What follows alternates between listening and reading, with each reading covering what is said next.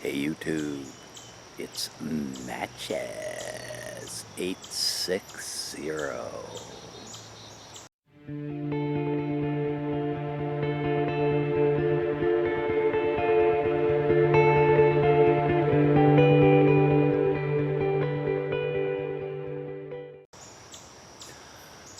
Smoking the Phil Rivera Rhodesian from Keith Walters.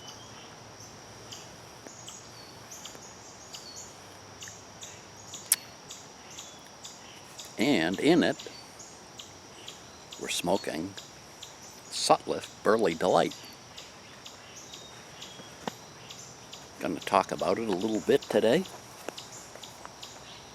It's a Burley and Virginia blend, which of course is right up my alley. And I got this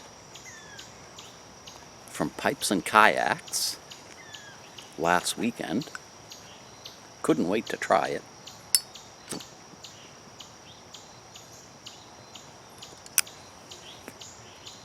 Tobacco Reviews lists it as a broken flake. To me, it's more like a ribbon cut. But what do I know? When you open the bag and take a sniff, you believe that you're getting, or at least I did,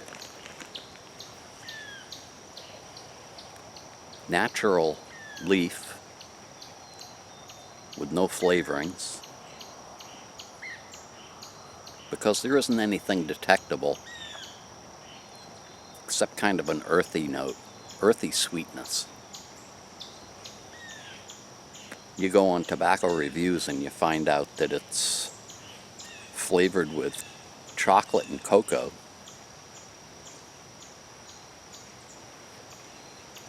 And if you really make your nose go to work and you go back and smell it, you can detect it. But it's not at all overpowering.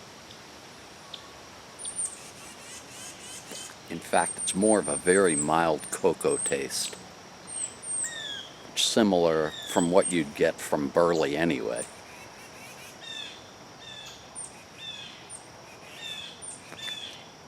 Very easy to pack, very easy to light.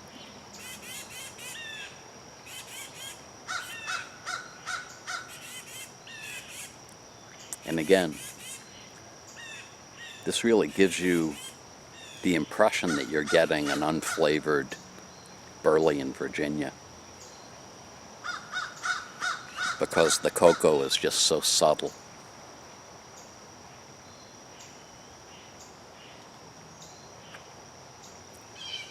You do get a little bit of heat if you puff too hard, which of course I do.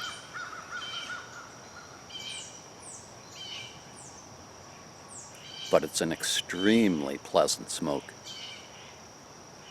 Probably has a great room note to it.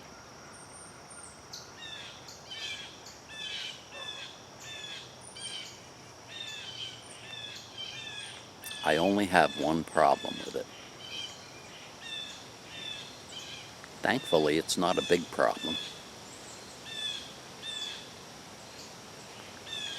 I've smoked 3 bowls of this and enjoyed all 3 bowls. But when the pipe came out, when the pipe went out, and I assumed that all the tobacco had burned up, when I stuck the little shovel down into the ash,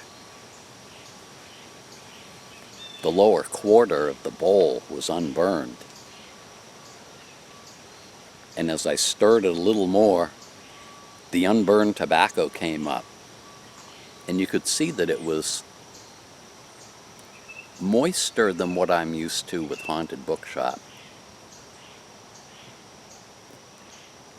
which leads me to believe there might be a little propylene glycol added to this, but I don't know that for a fact. All I'm saying is that all 3 bowls smoked moist. I wouldn't call them wet, but they were moist. That leftover tobacco, once I stirred it up, it was very easy to relight and finish, so I think overall I'd give this an 8 out of a 10.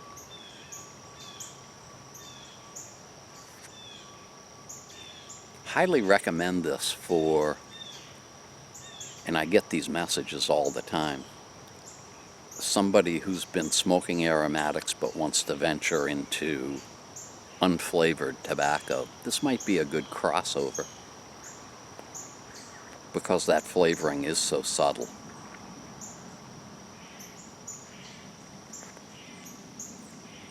Put the nicotine hit probably medium or slightly below.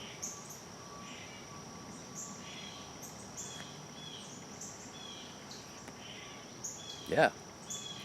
You want something that's different and decent? I say go for it. Thanks an awful lot for joining me. Have a great weekend.